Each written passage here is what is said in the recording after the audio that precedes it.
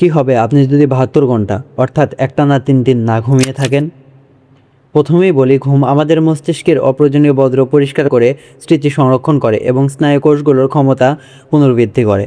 এখন আপনি যদি একটানা ৩ দিন অর্থাৎ ৭২ ঘন্টা কোনো প্রকার না ঘুমিয়ে জেগে থাকেন, তাহলে আপনার মস্তিষ্কের কিছু পরিবর্তন আসবে। একটানা বেশি সময় ধরে জেগে থাকলে আমাদের মস্তিষ্কে একটি রাসায়নিক পদার্থ জমতে থাকে, যার নাম অ্যাডিনোসিন। এটি যত বাড়ে তত ঘুমের চাপ অনুভব হয়। আপনি যদি ২৪ ঘন্টা অর্থাৎ একদিন না ঘুমিয়ে কাটিয়ে দিন, তাহলে প্রথমেই আপনার ব্রেনের প্রিফ্রন্টাল কর্টেক্স দুর্বল হতে শুরু করবে।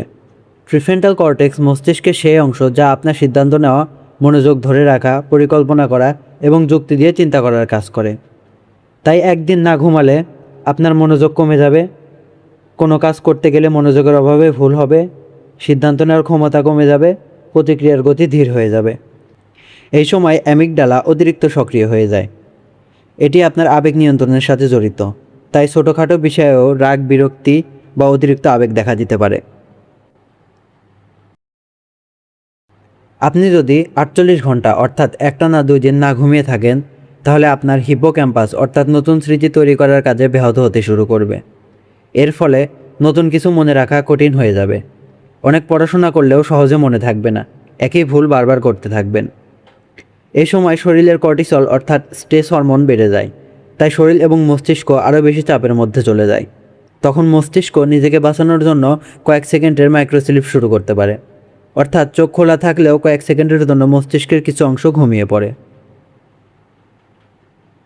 এখন আপনি যদি ৭২ ঘন্টা অর্থাৎ একটানা ৩ দিন না ঘুমিয়ে থাকেন, তাহলে আপনার পরিস্থিতি অনেকটাই গুরুতর হয়ে যাবে। আপনার প্রিফ্রন্টাল কর্টেক্স আরও বেশি দুর্বল হয়ে যাবে এবং বাস্তবতা বিচার করার ক্ষমতা আরও কমে যাবে। কিছু কিছু মানুষের ক্ষেত্রে হ্যালুসিনেশনও হতে পারে, অর্থাৎ বাস্তবে না থাকা কোনো মানুষ বা শব্দ দেখা বা শোনার অনুভূতি হতে পারে। এ সময় হাইপোথ্যালামাস অর্থাৎ যা আমাদের শরীরের ঘুম জাগরণ চক্র নিয়ন্ত্রণে ভূমিকা পালন করে, সেটা স্বাভাবিক ছন্দ হারাতে শুরু করবে। ফলে শরীর বুঝতেই পারবে না কখন জেগে থাকতে হবে আবার কখন ঘুমাতে হবে।